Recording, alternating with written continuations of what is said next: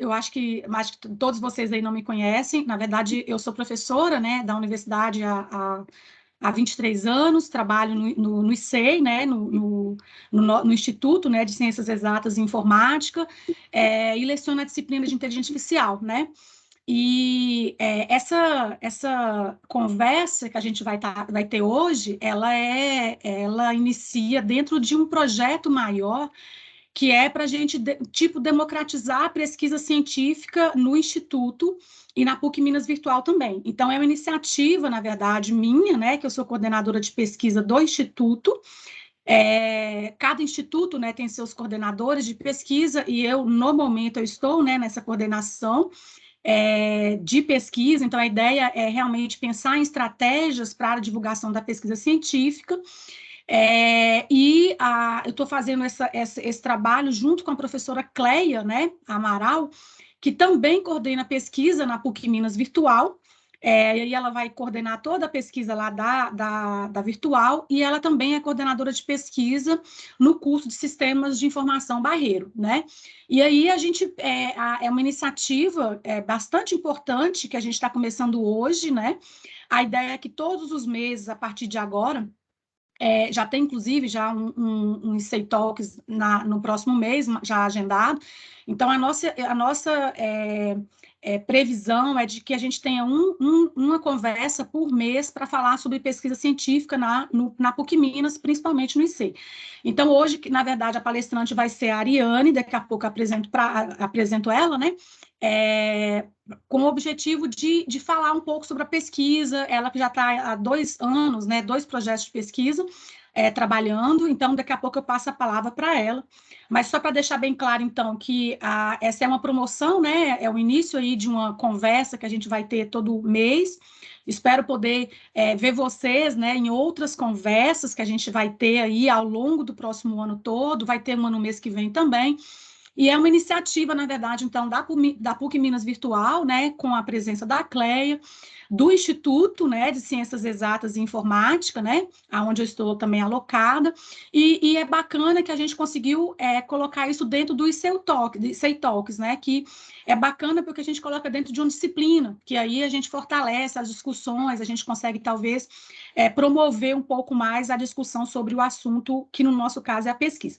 Então, todas as nossas palestras, né, a partir de hoje, pensando aí mensalmente, ela é para pensar na pesquisa. Então, a ideia é que alunos de iniciação científica, alunos de TCC, né, trabalho de conclusão de curso, e alunos do programa também de informática, eu vou falar disso mais para frente, consigam falar dos trabalhos que estão fazendo, né, quais são os desafios, né, que eles enfrentam, para vocês ficarem um pouco mais acostumados com o assunto, tá? Eu vou falar 2 slides só, né, aqui para vocês, só para a gente pensar o que é pesquisa científica, né? Assim como o ensino, vocês estão acostumados a ver as disciplinas, a participar das disciplinas, né, que é o ensino que a gente está tendo lá, que vocês estão tendo com os alunos. A pesquisa científica, do mesmo jeito de ensino, ele é um processo de aquisição de conhecimento, né? Onde o aluno ele vai investigar, né, de maneira geral, relações existentes entre questões aí que eles têm interesse, né, procurar explicações para fenômenos, para razões aí de algum problema de pesquisa que eles queiram investigar. E é interessante que a pesquisa científica, né, por meio da iniciação científica, é o primeiro contato que os alunos têm com a pesquisa acadêmica. Hoje, né, aqui daqui a pouco a gente vai, né, talvez seria interessante vocês poderem colocar no chat ou mandar alguma, falar também, pode falar também, né? Às vezes tem alguém aqui, por exemplo, que não é da universidade, né? O ICEI Talks, ele é divulgado para fora da universidade também. Mas a ideia é que, independente do aluno que está assistindo aqui hoje, né, é interessante saber que a iniciação científica é o primeiro contato que os alunos têm com a pesquisa acadêmica, né? É até antes do TCC, do trabalho de conclusão de curso, que normalmente acontece ali no 7º e 8º períodos. Então, a iniciação científica ela vai acontecer ali lá no 3º, no 4º período, de maneira geral, nesses períodos, mas podendo, inclusive, acontecer um pouco mais cedo, né? Então, o nosso objetivo, né, com essas conversas, que nós promovendo aí essas conversas mensais agora, é que a gente traga alunos de iniciação científica para falar para a gente, né, para os alunos tenham mais conhecimento sobre o que é iniciação científica, para a gente promover melhor isso, para a gente poder ter bons projetos de pesquisa também na universidade, né? Para vocês, inclusive, chegar no TCC sabendo o que é um projeto de pesquisa. Tem hora que o aluno chega lá para fazer o trabalho de conclusão de curso, ele nunca investigou um determinado tema, né? Então, na iniciação científica, o aluno tem essa oportunidade de realizar estudos mais aprofundados, né?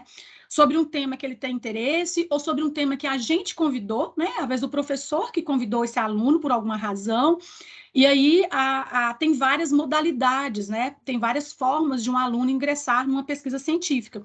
Então, a gente começa hoje, né, formalmente, essas apresentações, né, por meio de ICEI Talks.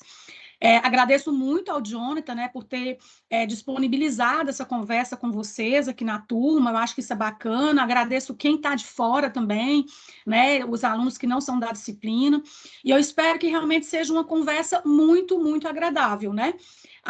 Eu vou convidar, então, a Ariane, ela já está aí, né?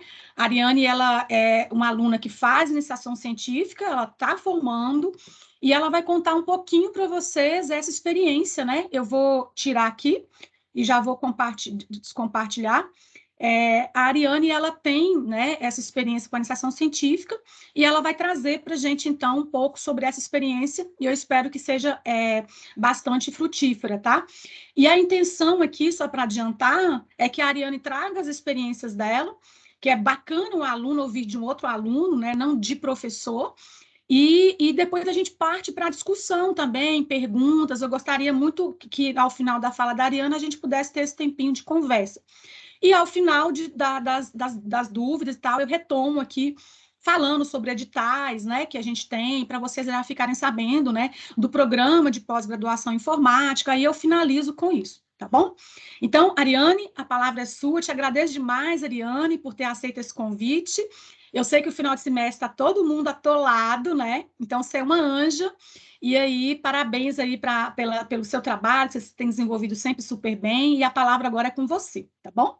Obrigada, professora. Boa noite, professores, meninos, alunos, né? Colegas. Deixa eu dividir a tela aqui. Vocês me falam quando vocês começarem já a ver. Deixa eu... Tô vendo. Tá dando para ver a apresentação? Uhum. Sim. Aqui.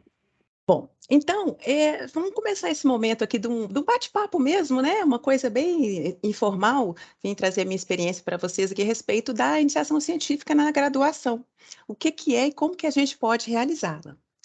A professora já começou a dar uma palhinha, né, de quem sou eu. Sou uma aluna como vocês. Estou na minha segunda graduação, já sou graduada em Engenharia Eletrônica e de Telecomunicações pela PUC Minas mesmo. Estou formando esse semestre em Ciência da Computação. E eu sempre gostei de pesquisa, mas eu achava que a pesquisa era uma coisa que estava bem afastada de mim, né? Que era coisa de mestre, doutor e gênio, né? A gente às vezes mistifica muito, e a ideia é justamente trazer a pesquisa para mais pertinho da gente hoje. Eu tive a oportunidade de participar de 2 projetos de iniciação científica. Um foi no ano de 2021. Então, quando eu comecei, estava no 5º período, Ciência da Computação. Aí fiz 5º e 6º períodos com a iniciação junto, né? E o segundo projeto a gente iniciou no começo desse ano, então 7º e 8º períodos. E como é que começa, né?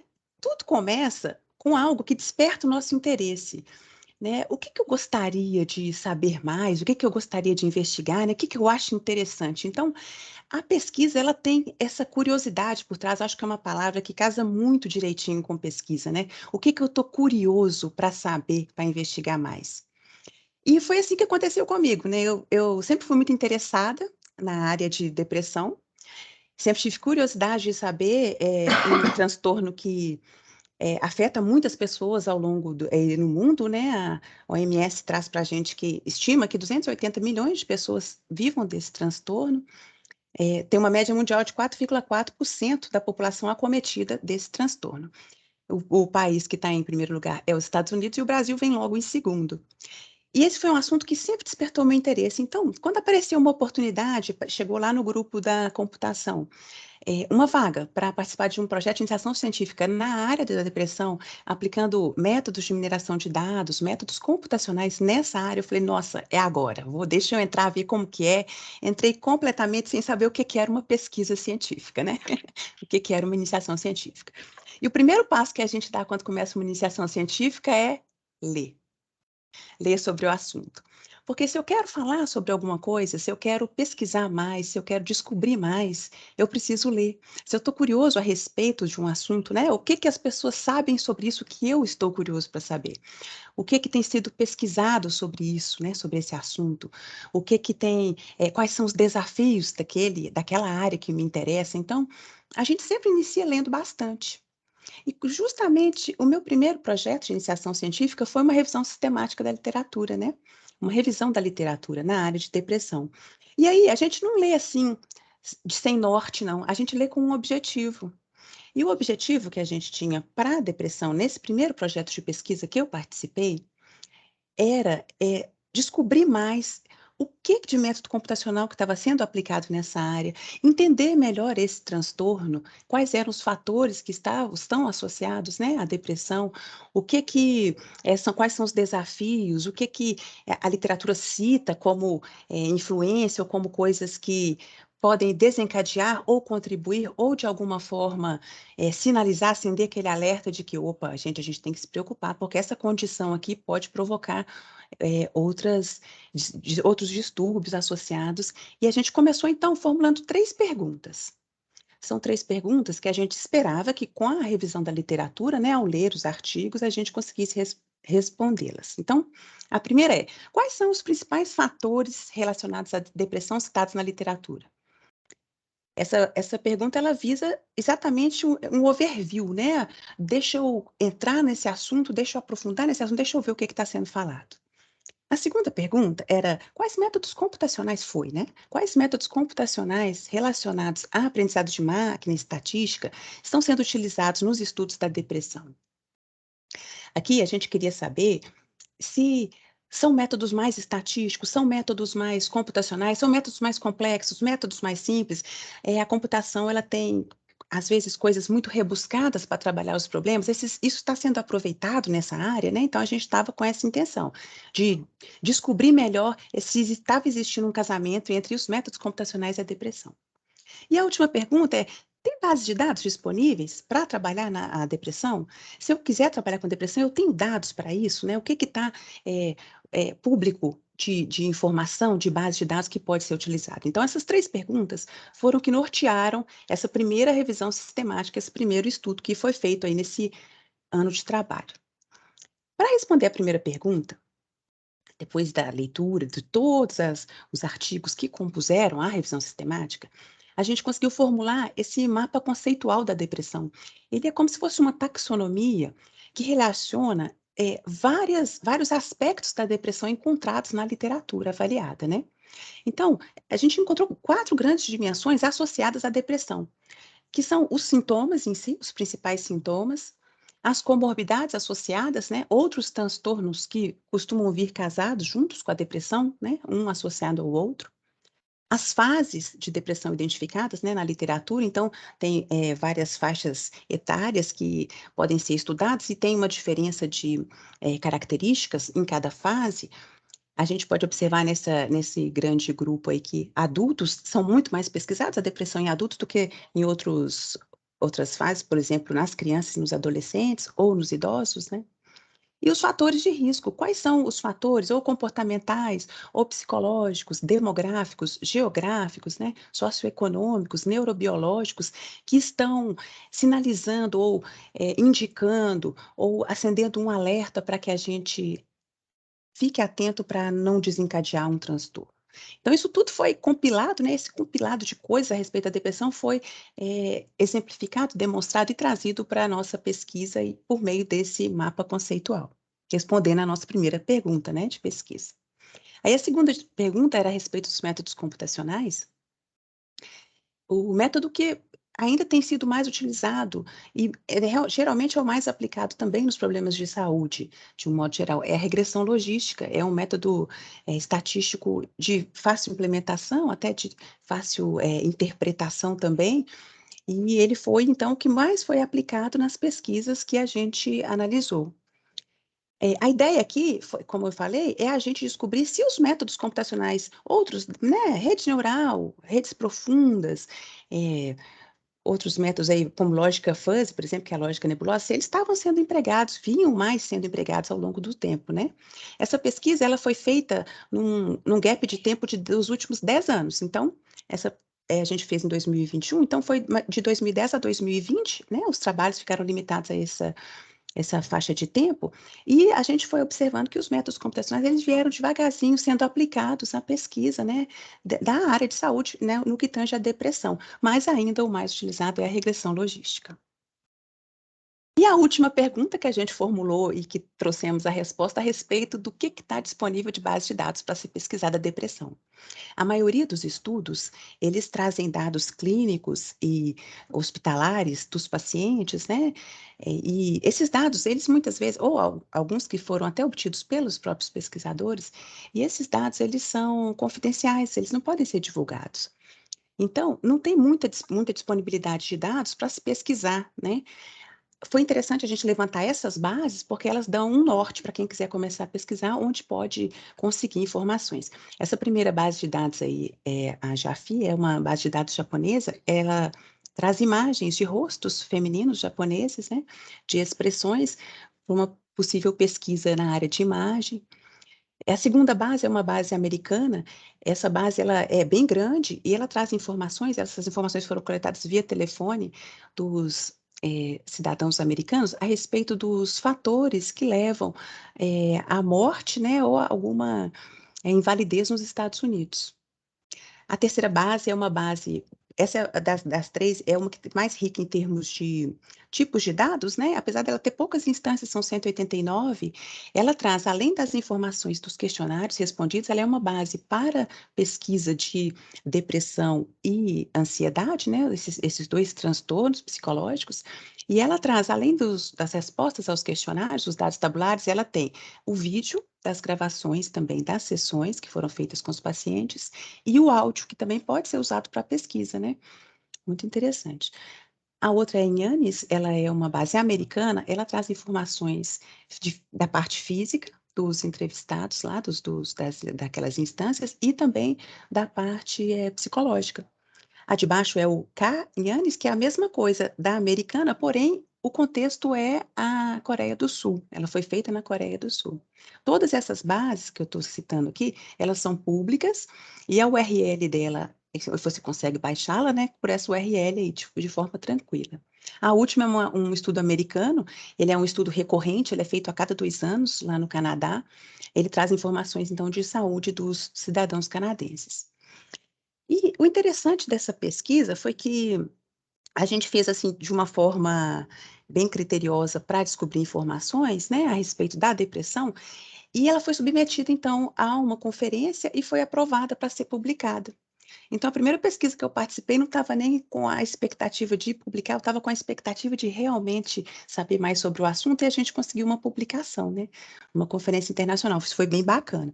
A pesquisa científica, ela tem isso de positivo.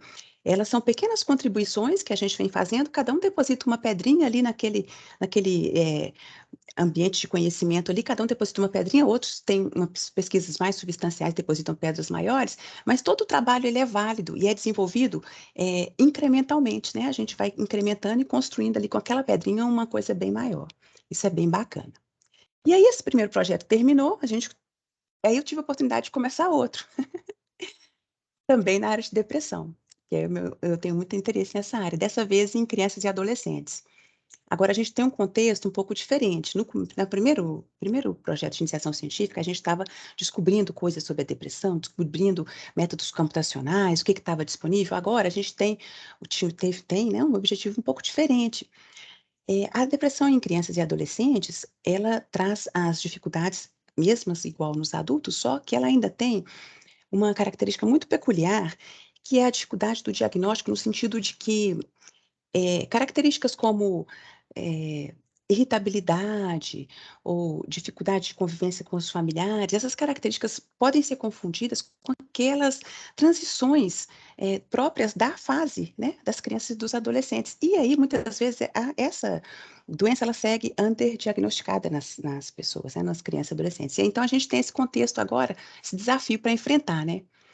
Como que eu posso identificar melhor, então, esses perfis de crianças e adolescentes com depressão? E uma vez identificados esses perfis, eu consigo produzir modelos de machine learning que possam auxiliar esse diagnóstico, né? Então, essa nova pesquisa agora ela tem uma um viés mais de aplicação, de desenvolver algo que, de alguma forma, melhore a identificação desses indivíduos. E aí, uma vez que a gente identifica o problema que a gente quer pesquisar, vamos para a computação, né. Que técnica computacional poderia me auxiliar a melhor identificar essas crianças, né, essas crianças com depressão e adolescentes? Nesse contexto, o que que a gente pode dizer? Bom, de dados, né, dados, a gente tem muito dado hoje em dia, né, as tecnologias digitais, o uso crescente da internet, eles têm produzido cada vez mais dados, estão aí disponíveis, o que é muito interessante para a gente, por quê?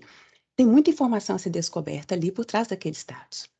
Mas se a gente virar o outro lado da moeda, utilizar os dados brutos diretamente para ensinar modelos de aprendizado de máquina, né, desenvolver modelos, isso não é interessante, porque os dados eles têm algumas características como duplicidades, pontos fora da curva, né?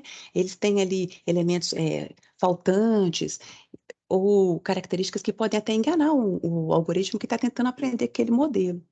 Então, aplicar os dados diretamente no modelo de aprendizado não é interessante. Além de demandar muito tempo, a gente produz modelos ineficientes. E é aí que vem as técnicas de pré-processamento. Existem várias técnicas de pré-processamento, né? Eu coloquei aqui duas apenas.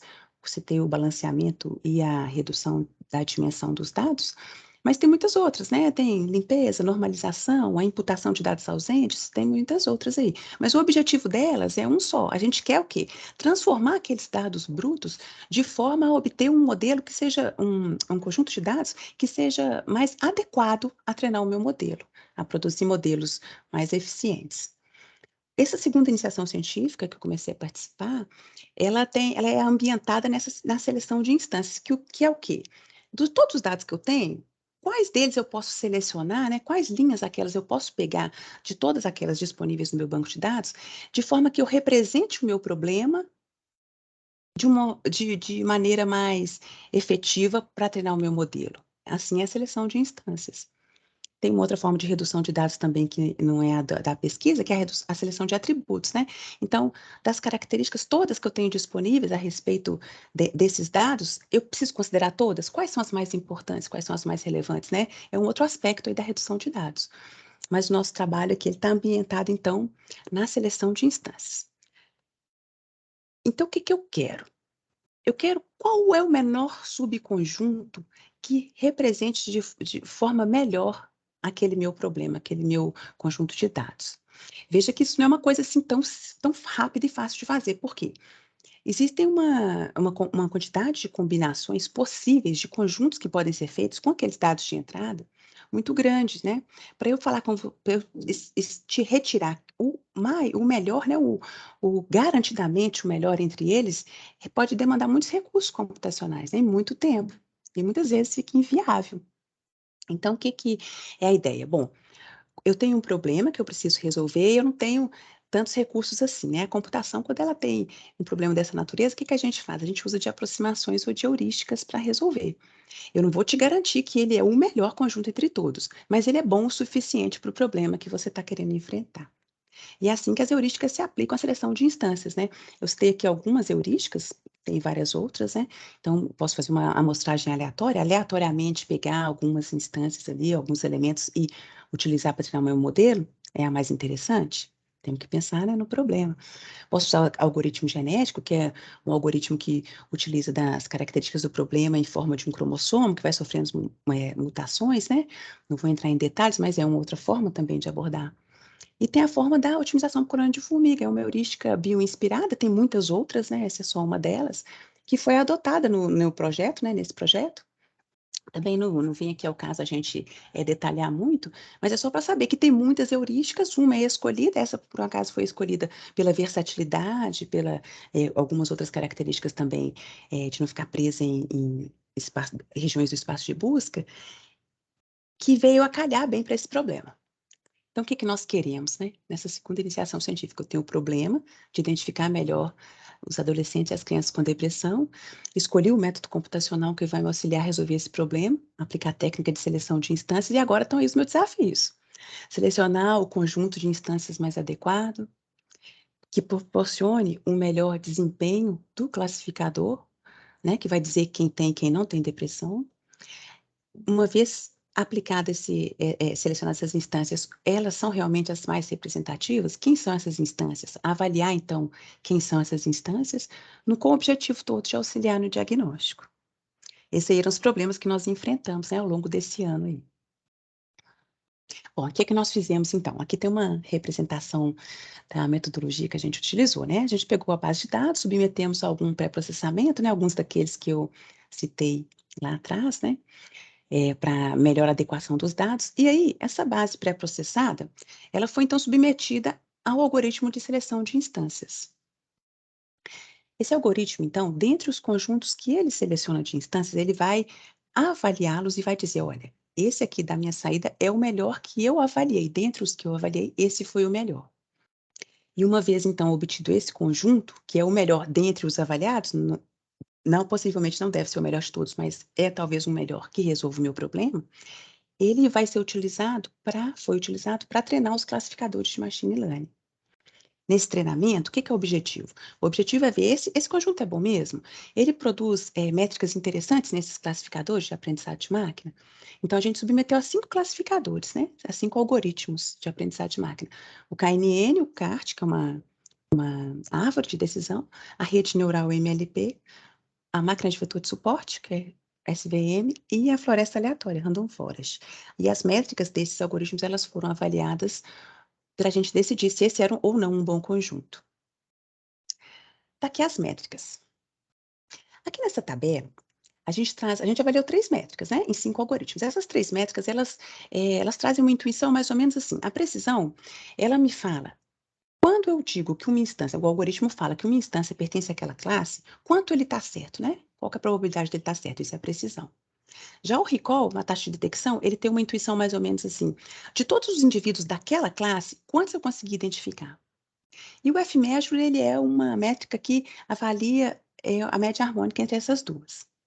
Então, veja bem, para o contexto desse do nosso problema, que é melhor identificar adolescentes e crianças com depressão, é muito importante eu avaliar a métrica do recall, a taxa de detecção, porque nesse contexto é mais importante eu não perder aquele indivíduo, né, não deixar de diagnosticar um indivíduo que está com depressão, do que de vez em quando eu falar que um está não estando. Por quê?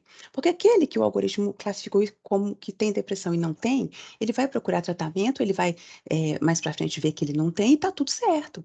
Mas aquele que o algoritmo perdeu e falou, não, esse não tem, mas ele vai levando a doença para frente, para a vida adulta, né, e não vai buscar o tratamento. Então, nesse caso aqui, nesse contexto, a técnica que foi utilizada de seleção de instância, ela teve um desempenho positivo, porque todos os algoritmos de machine learning avaliados obtiveram uma melhora nessa métrica.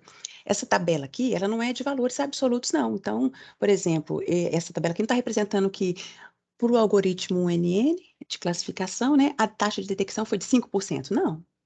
Ela está dizendo que, sobre a base de dados toda utilizada, as instâncias que foram selecionadas e utilizadas para treinar o algoritmo tiveram uma melhoria nessa métrica de 5,66%. Então, para todos os algoritmos, houve uma melhoria na taxa de detecção desses indivíduos na classe de alta sintomatologia. Ainda que pequena em algumas, né, outras um pouco maiores, mas houve uma melhoria de até 8,93 pontos percentuais sobre a métrica, né, o que foi interessante para esse trabalho.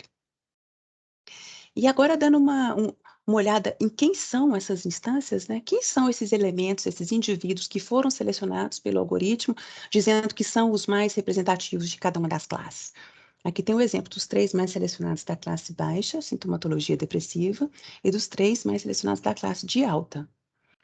E aí, a análise de alguns atributos relativos a esses indivíduos, né, ela vem corroborando o que a literatura vem dizendo a respeito da depressão nessa faixa etária, que é, por exemplo, a agressividade, que ela vem muito associada à depressão, o transtorno opositor desafiador, problemas de conduta. Essas instâncias de alta sintomatologia, elas têm valores de médios para mais altos em comparação com os indivíduos de baixa sintomatologia, né? Por exemplo, a ansiedade também é um transtorno comórbido, né, que vem na em grande parte dos casos associados à depressão associado à depressão. Então, com isso, a gente consegue, perceber que esses elementos, esses indivíduos, eles são representativos tanto para a classificação, quanto em termos de características também que identificam a depressão. E aí, então, como considerações finais dessa segunda pesquisa, né, a gente pode classificar a técnica como satisfatória. A técnica aplicada de seleção de instâncias no intuito de identificar melhor esses indivíduos, porque com 48% de redução na base de dados de entrada, isso proporcionou uma elevação da taxa de detecção de 0,07 até 8,93 em todos os algoritmos avaliados para alta sintomatologia. E aí é interessante a pesquisa, porque a gente entra com perguntas, a gente responde algumas perguntas e sai com outras, né. A pesquisa ela tem esse viés de gerar mais perguntas na nossa cabeça, isso é muito bacana. Então, como trabalhos futuros, eu tenho essas perguntas, né, o que que acontece se eu testar em outras bases de dados diferentes? Se fosse numa base de dados, por exemplo, de pessoas com HIV, que resultados eu obteria, né? Outra pergunta: se eu fizer uma seleção de características, selecionar ali aqueles atributos mais significativos das instâncias que já foram consideradas as mais representativas, e será que eu conseguiria melhorar ainda mais essa detecção? Será que eu poderia considerar só aquelas características como as relevantes para o contexto? Outras perguntas também. E se eu ampliar mais o contexto? Se eu não usar na depressão, se eu quiser utilizar de forma mais genérica essa técnica de seleção de instâncias e seleção de atributos combinadas em contexto de Big Data de uma forma geral, né? Então, esses aí são trabalhos futuros que nós temos aí nessa linha de pesquisa. E a pesquisa é assim, né, cada um vem, dá a sua contribuição, eh, coloca ali o seu trabalho, coloca ali a sua energia, coloca ali o seu empenho. Essa segunda pesquisa, ela ainda não foi submetida à publicação não, estamos em andamento, né, para submeter, mas ela teve, 2 pontos muito positivos. Primeiro vários, né, claro. Mas primeiro é que ela foi, utilizada para o TCC. Eu defendi o meu TCC em cima dessa minha linha de pesquisa, né. Então, é uma coisa muito útil, por quê? Porque eu já venho pesquisando há um ano, já é uma coisa mais, eh, elaborada, né, e que auxilia muito. Outra coisa também que auxilia muito a pesquisa é em horas complementares. Lá no nosso curso de ciência da computação, a gente precisa de várias horas complementares, 250 na verdade, além das horas de aula normal. E a pesquisa científica, o projeto de iniciação científica que chega se ele chegou até o final, né, ele vai já 100 horas. Se conseguir uma publicação, mais 50. Então é bem bacana a gente conjugar a pesquisa científica já desde a graduação. E vem umas perguntinhas, né. Certo, você está falando aí, tá tudo beleza, né, mas dá para fazer iniciação científica durante o estágio, né? Dá para fazer trabalhando?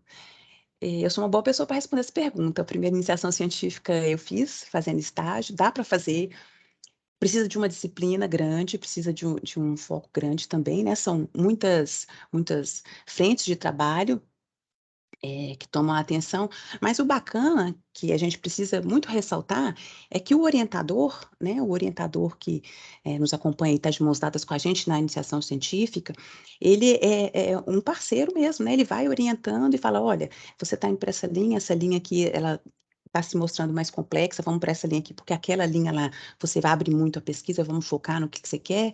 Quando a gente começa, a gente não tem muita ideia, então ele vai orientando que caminho trilhar para a gente conseguir uma pesquisa bacana, uma pesquisa de sucesso, uma pesquisa que se encaixa dentro das nossas condições e possibilidades, né.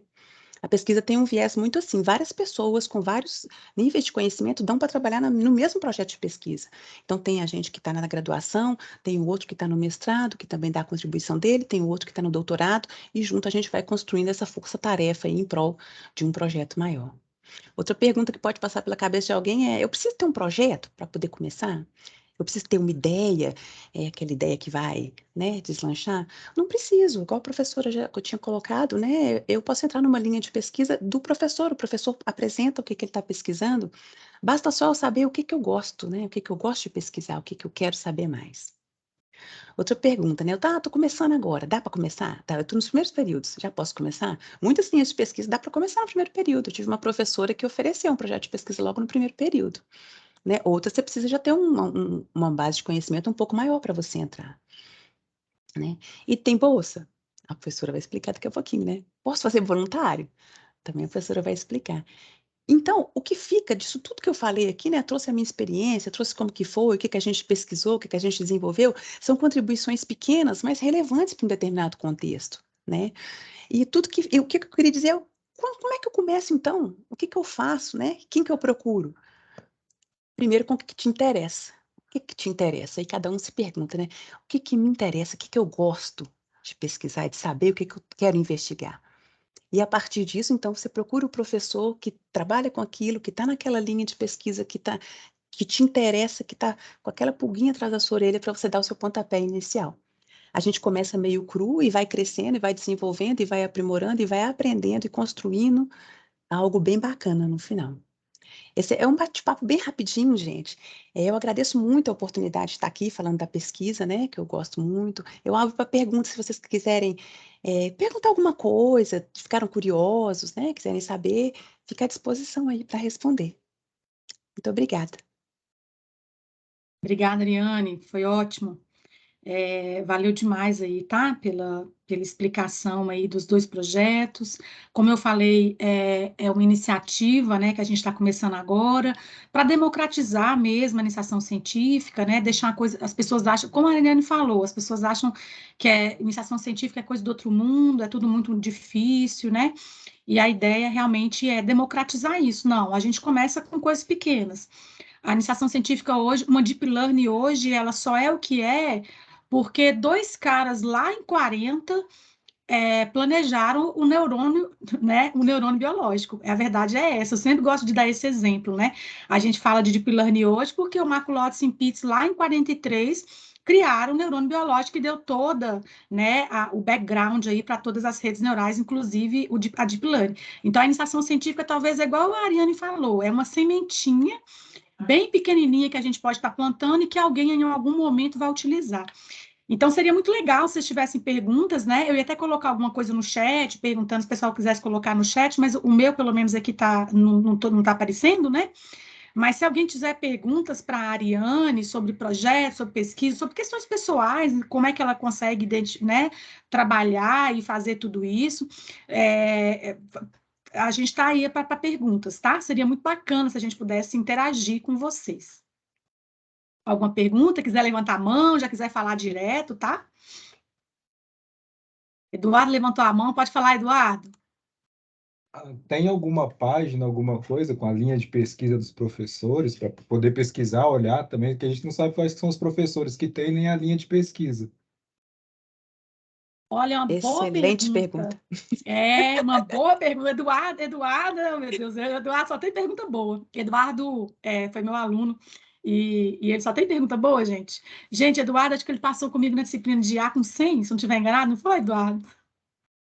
Foi. Isso é tão raro, eu nunca esqueço. Enquanto o Ô, outro Eduardo, professor que está aí, minha filha, eu não quero nem saber minha nota, mas enfim. Vou falar. ai, ai. Isso deve ser do Matheus, né? Meu não, né? Ah, tá. Sou eu mesmo. Ah. Pois o Eduardo, ele fez a disciplina de A comigo, tirou 100, eu fiquei impressionada, isso é muito, muito raro. O Eduardo, essa é uma pergunta boa, eu acho que talvez seja eu a responder, você quer responder isso, Ariane? Pode você. Posso responder? A gente, na verdade, os professores, de uma maneira geral, não têm essa informação, não, estão disponibilizados facilmente. Na verdade, os professores do programa que estão inseridos, né, que orientam mestrado e doutorado, eles têm no site, né?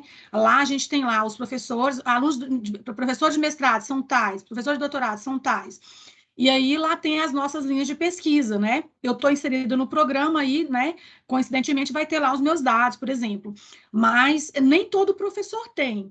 as linhas de pesquisa não, tá, Eduardo? Local publicado e tal.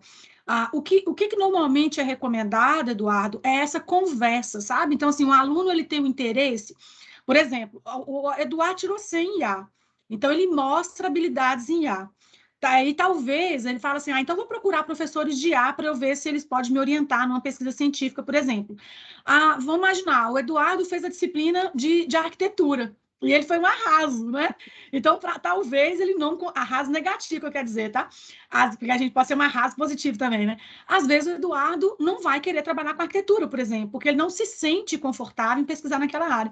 E aí, talvez, Eduardo, apesar da gente não ter, né, o registro de todos os professores da linha de pesquisa, é conversar com ele, por exemplo, conversar com o Jonathan, né?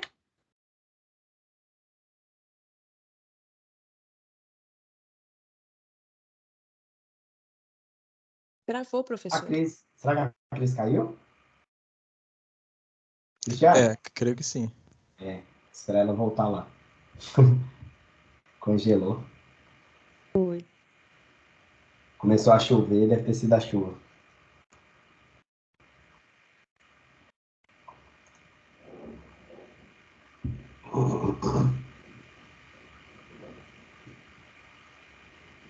Fiquei chateado, viu, Eduardo? Só para deixar registrado, né, professor?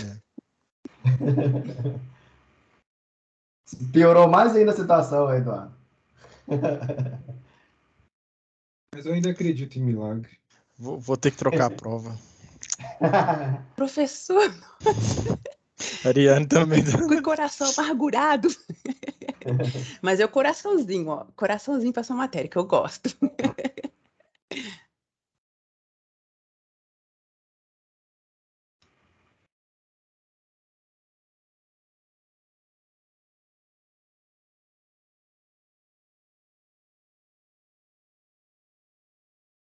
Esperar uns minutinhos para ver se a Cristiane vai voltar.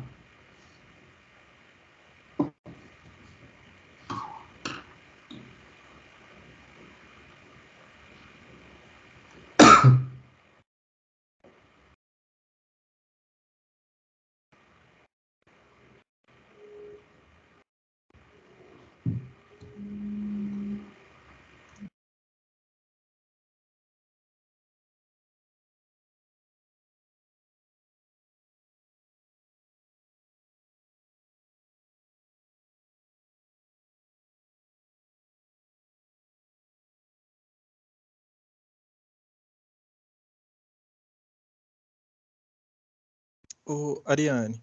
Oi, professor. Queria aproveitar, enquanto a Cris volta aí, deixar uma pergunta para você pensar e responder depois, né? Primeiro, parabéns aí pelos trabalhos, né? Acho que é muito gratificante a gente ver assim, um aluno nosso, né? Você está comigo aí esse semestre, junto com o Eduardo também, né? E seguindo esse caminho de pesquisa, de fazer, não para esse fim de qualquer coisa que seja só mestrado, doutorado, né? Aí vem a pergunta justamente que você mencionou no início e isso me chamou a atenção, né? Eu tô curioso para saber, assim, você falou, antes eu não vou mexer com isso porque às vezes é só para mestrado, doutorado, etc. Mas o que você almeja de futuro agora, daqui para frente, né? Assim, e o que essa pesquisa que você fez pode, de repente, te auxiliar nisso? Aí, depois que... Professor, essa é uma pergunta muito boa, né? Assim, a pesquisa é uma coisa muito interessante, a gente apaixona com esse negócio de pesquisa, né? Então, eu comecei a pesquisar e eu gostei tanto, e eu almejo, assim, para o futuro, fazer alguma coisa que seja relevante nessa linha. Claro, os nossos trabalhos são relevantes, mas alguma coisa, assim, alguma ferramenta que pudesse ser deixada, que de alguma forma impactasse mais nesses indivíduos, né? Principalmente na depressão. Eu e a Cristiane, a gente combina muito por causa disso, ela é minha orientadora, né? A gente combina muito por isso, né? Se deixar, a gente quer dominar o mundo. Então, a gente quer sempre o que eu posso fazer de mais substancial, que posso colocar aí no mercado, que vai ajudar mais efetivamente essas pessoas, né? Então, eu queria fazer algo, não pensei exatamente o quê. A gente tem algumas ideias, tem discutido algumas ideias, mas eu queria fazer algo que tivesse esse cunho bem social mesmo, sabe? Na área de depressão. Esse é o meu objetivo. Vamos ver aí, estamos com fé que vai dar certo. Era passar no mestrado, se Deus quiser, né? Se Deus quiser. Pessoal, desculpa só porque a internet aqui em casa caiu, roteei aqui para dar certo. essas lives aí dão uns problemas de vez em quando. Aqui no meu bairro é assim. Começou a chover, o negócio para. Eu falei que era a chuva, eu tinha certeza que era. Ô, Eduardo, mas eu te respondi da pergunta certinho aí, então, assim, a melhor sugestão, quando você não tem a área, converse com o seu professor. Eu tenho certeza que a grande maioria está disponível, né, para estar orientando, tem grandes projetos, e é interessante que, assim, tem projetos que você entra, né, que é um projeto nosso, igual eu sempre mando aí nas redes, né, o Max libera essas vagas, eu sempre estou com vaga oferecendo, né, para projetos meus, e tem outros professores do mesmo jeito, né, então, conversando com o professor vai dar certo, tá? Isso. O que mais? Beleza. Tem mais alguma pergunta? Seria bacana, sei lá, mais perguntas. A Ariane, eu pedi para ela não entrar muito, tá, gente, na questão da colônia de formiga, porque eu acho que não é objetivo com essa atividade, assim, ela é mais informativa, mais geral, assim, porque entrar na colônia de formiga, no médio de otimização, eu acho que a gente provavelmente ficaria perdido, né? Então, é para dar essa visão geral mesmo, e eu acho que a palavra democratizar, para mim, é a melhor. Não adianta nada a gente começar a falar de coisa muito difícil aqui, a pessoa falar, nossa, isso eu não quero não, isso é difícil demais. Mas também não é enganação, né? Começa a estudar e as coisas vão ficando fáceis, né? É só estudar. É só estudar. Tem mais alguma pergunta? Eu tenho uma questão, posso fazer? Vai lá, Nelson. Sim. Sobre processamento de linguagem natural, existe alguma linha de pesquisa? Porque eu tenho interesse nisso há muitos anos. Só para contextualizar, eu sou psicólogo há 30 anos, trabalhando com clínica, um mestrado em ciência do comportamento pela PUC de São Paulo, já há 20 anos já, e também graduado em ciência de dados. Por causa disso, eu fui liberado da matéria de inteligência artificial, então não pude fazer a disciplina com você, o Cristiane. E eu já perguntei a alguns outros professores, o Gabriel, por exemplo, sobre linhas de pesquisa, até mesmo procurei no doutorado, no mestrado, alguma coisa. Na iniciação científica, um projeto na área de processamento de linguagem natural, voltado para questões mais práticas mesmo, na área de psicologia mesmo, né? Até a questão da depressão aí, eu acho muito interessante. Seria um tipo de projeto viável para vocês? É interessante? Alguma linha nesse sentido? Você quer responder, Ariane? Quer que eu responda? Fique à vontade também. Cris, eu vou querer que você responda, mas eu só quero falar uma coisa pro Nelson. Nelson, nós vamos fazer um projeto junto, levadinho. Foi bom você falar. Nossa, legal demais. Muito interessante. Legal Você é alguém demais. que agrega muito para o nosso projeto, viu? Agora lá, Nelson, essa pergunta sua foi ótima, né? É excepcional.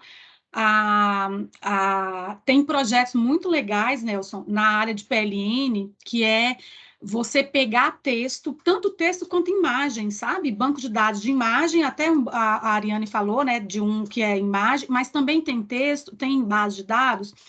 Não é tão fácil de você obtê-las, né? Talvez você tenha que montar a sua própria base. Mas base de dados que você pode montar, por exemplo, já tem iniciativa no mundo todo, né? Que é você pegar textos, por exemplo, de redes sociais e identificar por meio do texto se a pessoa está com depressão ou não. É muito legal, sabe? Projetos, por exemplo, que pegam imagens, são dois projetos porque são duas linhas diferentes. Um é pegando imagem. Por exemplo, a Ariane lá, ela posta um monte de imagem no Instagram, um monte de imagem, todo dia ela vai lá e posta. Tem projetos pegando essas imagens e tentando identificar se a Ariane está com depressão, com base nas imagens que ela posta, gente. É uma coisa muito legal. E tem projetos, Nelson, já na área de PLN, que é pegando textos que as pessoas postam. Então, você pega texto do Twitter, você pega texto em todos os textos de redes sociais que você puder pegar, né? principalmente os de forma gratuita, e você tenta fazer processamento desse texto, identificar se aquele texto ali ele tem um caráter mais depressivo ou um caráter menos depressivo. É na mesma linha da pedofilia. Tem vários projetos de pedofilia nessa linha, sabe? Você pega, por exemplo, essas redes sociais, sites de relacionamento, para ver se tem algum pedófilo ali no meio, embutido ali dentro. As pessoas pegam o texto e tentam descobrir ali se aquele texto ele tem caráter pedófilo ou não. Na área de depressão tem a mesma questão, sabe? É muito legal, assim, dá para fazer muita coisa, Nilson.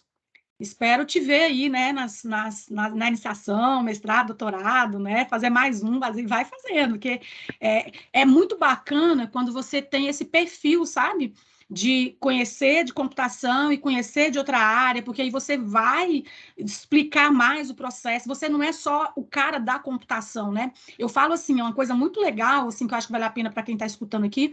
A iniciação científica é interessante você entrar mesmo de cabeça nela, sabe? Quando eu falo com a Ariane é uma excelente aluna, né? Aí eu falo, Ariane, assim, a discussão é bacana de você ver a discussão, assim, não é só rodei o algoritmo, pré-processei e encontrei o resultado tal. Não, o que significa isso? O que significa uma pessoa que está com aquela característica? O que a literatura fala sobre isso? Quais são os seus insights, né? Então, assim, quem tem essa formação já em outra área ajuda muito nessa discussão. Então, vai ser bem bacana. Então, respondendo sua pergunta, tem muitas iniciativas legais, tá? E o mais legal é que tem o Python hoje, por exemplo, né? Tem muitos pacotes legais para trabalhar com PLN de forma muito mais simples do que há 10 anos atrás. Uhum. Eu, quando fiz o meu mestrado em 2000, né? Se na época já tivesse um Python desenvolvido como hoje, teria sido hiper interessante, porque foram análises de mais de 1.800 artigos e a coisa foi, né? Tinha que Legal. treinar leitores para isso. Hoje o Python me faria isso com muito mais tranquilidade. Quando eu dou CNN, eu falo, gente, se eu tivesse formado em computação, na época de computação, eu tivesse visto CNN, eu não tinha aquele trabalheira todo para processar um texto, processar uma imagem, a coisa mudou muito, né? Mas a gente não pode falar de ano, não, sabe? Eu falei que eu parei de falar, porque aí eles ficam fazendo as continhas aí. Ai, meu Deus. Ai, obrigada aí pela pergunta, viu, Nelson? Sim, eu costumo falar com os alunos, Cristiane, que não tem jeito, essa área nossa, todo dia é tudo novo. Se você ficar com vergonha de buscar conhecimento, você não vai para frente. Não vai para frente. Você tem que ter a humildade e falar assim, opa, isso aqui eu não sei. Deixa eu sentar, deixa eu estudar, deixa eu procurar conhecimento. Deixa eu ir atrás de alguém que sabe? Porque senão não vai para frente, não. Exatamente. Essa área Exatamente. é buscando conhecimento. Você vai estar velhinho. Vocês já ouviram falar do Ziviani, lá da UFMG? Velhinho, toda hora você vê ele com livro na mão, vê ele buscando artigo, e o cara vende um monte de coisa para Google. A nossa professora Guta, a Guta é espetacular, não sei se vocês sabem, a Guta agora foi para Google, e foi a Guta que criou o curso de engenharia de software, né? Muito bacana. Então, assim, desafio atrás de desafio. E você, Nelson, no seu caso aí, você, na sua formação, essa questão assim, psicológica é muito boa para poder conseguir entrar na cabeça do cliente e entender o que ele está querendo com o desenvolvimento de software. Isso daí é bem legal, viu? Perguntas, pessoal?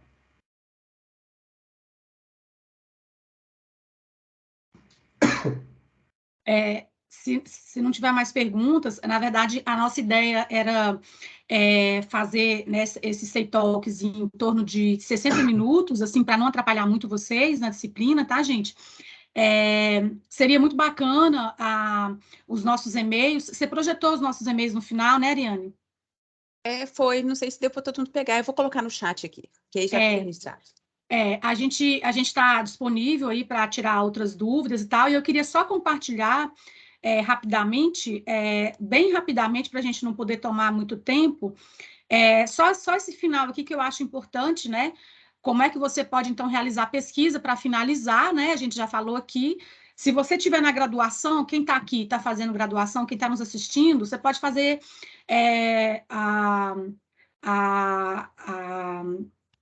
pesquisa, tanto na iniciação científica quanto no TCC, né? E é igual a Ariane falou, se você fizer iniciação científica, você já está ganhando muito tempo na frente, porque você já pode fazer o TCC no mesmo tema, isso ajuda demais, você vai ganhar muito tempo no TCC. Se você não for fazer na graduação, que eu acho que é o ideal, você começar a pesquisar exatamente aqui, né, principalmente na iniciação científica, que vai te ajudar no TCC, você pode fazer mestrado e doutorado, né? Eu gosto de ressaltar isso, porque muitos alunos acham que mestrado e doutorado é coisa de academia, né? Quem vai dar aula. Não é verdade, né? Hoje, as principais empresas, elas estão interessadas em pessoas que têm mestrado e doutorado, tá, gente? Acredita em mim.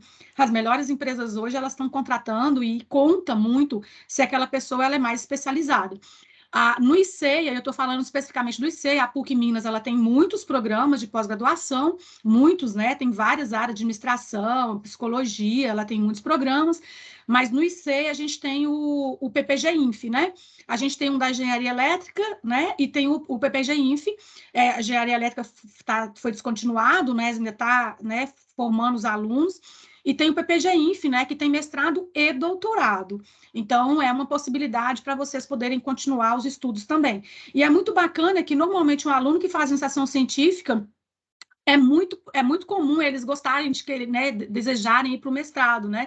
E muitas vezes o aluno quer continuar os estudos e ir para o doutorado. É bem bacana.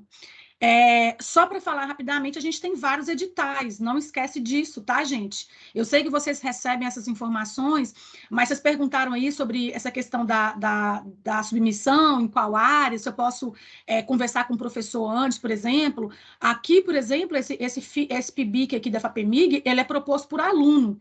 Você pode ter uma ideia e você submete um projeto, e aí você arruma alguém para te orientar. Mas tem projetos, esses outros editais aqui, são professores que submetem, tá? Esse FIP, PIBIC, tem mais projetos, esse PIBTI aqui, ó, na área de tecnologia, tá vendo? É bem legal. Eles são todos professores submetendo, né? E aí a gente convida os alunos, mas esse projeto aqui, esse edital aqui, é o aluno que submete. Esse ano já foram todos fechados, né? O edital, o último foi em setembro, mas a gente tem aí para o ano que vem, em março, em abril, né? Que são editais interessantes de vocês poderem participar. E a gente tem também a questão da pesquisa voluntária. Vamos imaginar que você fala assim, Cristiane, olha, a gente trabalha, eu não tenho condições de conciliar muito, eu acho muito difícil. Por que você não faz uma pesquisa voluntária? É uma possibilidade. Você começa ali, até para você ver se você gosta mesmo. E essa pesquisa voluntária você tem certificado, ela vale como uma pesquisa normal, tá, gente? Ou seja, essas outras pesquisas de edital aqui, ó, elas são financiadas. O indivíduo tem R$500 lá por mês para receber, para participar da pesquisa durante um ano. O PICV, não. O PICV é voluntário, tá? Você não ganha nada, mas eu acho que é um ponto inicial aí para quem quer começar a pesquisar. Sem contar que tem outros editais. Eu, por exemplo, tenho edital da FAPEMIG, que não são esses editais, né, da PUC, e eu já tenho as bolsas aí por meio desse projeto, né? Só esse projeto já me deu uns 4 bolsas atuais, né, atualmente. Então, tem outras formas de você conseguir, além desses editais da universidade, tá? E para entrar no PPG-INF, que também é bem bacana demais de trabalhar com a pesquisa, a gente tem o link aí, depois vocês entram, né? É só para colocar PPG-INF, né? PUC Minas. O processo seletivo, inclusive, está aberto, tá, gente? Para quem está querendo entrar para o ano que vem, o mestrado, para o mestrado, já é dia 28 agora, o prazo final de inscrição. O doutorado é fluxo contínuo. A hora que a pessoa quiser entrar, ele faz o processo seletivo normalmente, qualquer momento, né? A gente fala processo fluxo contínuo. Qualquer momento ele quiser tentar, ele pode tentar. O mestrado, não. O mestrado a gente tem 2 ocorrências. O edital está aberto agora, né? Que é uma outra forma também de você ingressar na pesquisa científica, né? Para quem não passou por iniciação, ou para quem passou e quer continuar, né? É isso. Eu queria deixar isso claro, né? Porque muitas vezes os alunos falam assim, mas não tem edital na universidade. Tem edital, gente, por incrível que pareça, muitos editais, e os alunos muitas vezes estão com a vaga, estão com bolsa, e está faltando aluno interessado, né? Por isso que a gente pensou para fechar, né? Por isso que a gente pensou nessa atividade de mensalmente a gente fazer um evento para a gente poder realmente conversar mais sobre a pesquisa, para vocês entenderem que dá para vocês fazerem muita coisa bacana na área de pesquisa. Por exemplo, na engenharia de software, tem muitas investigações sobre os modelos ágeis, né? Tem muito trabalho legal na área de interação humano-computador, gente, muita coisa legal na área de interação humano-computador, para quem forma em engenharia de software, né? Então, assim, a gente falou da colônia de formiga, não sei se foi uma coisa bacana, fácil de vocês entenderem, mas pensa que para vocês aqui da turma, né, da maior parte que está fazendo engenharia de software, tem muitas possibilidades de pesquisa, muito legais, né? A Guta, né, como o Jonathan falou, ela saiu da PUC, foi para a Google, está pesquisando lá, com certeza, ela está pesquisando, né? Então, tem muita coisa bacana para vocês poderem fazer, tá? No mais é isso, eu queria agradecer demais, assim, mais uma vez ao Jonathan pela disponibilidade, né, desse espaço. Queria agradecer demais a Ariane, tá, Ariane, por ter aceitado... por ter aceitado esse desafio, assim, eu sei que você está apertada também de final de semestre, e eu queria agradecer a todo mundo que está aqui assistindo, né, os alunos do Jonathan, os alunos que vieram, né, nos prestigiar aí, as perguntas que foram feitas, eu acho que é para isso, né, e a gente está aberta, Ariane, com certeza, eu também, para a gente poder interagir, né, em outro momento, marcar mais algumas vezes para a gente conversar, né? A gente está por aí, eu falo que a gente está por aí, Praça da Liberdade, Coração Eucarístico, né? A gente está por aí para a gente poder interagir. Agradeço demais, viu, gente?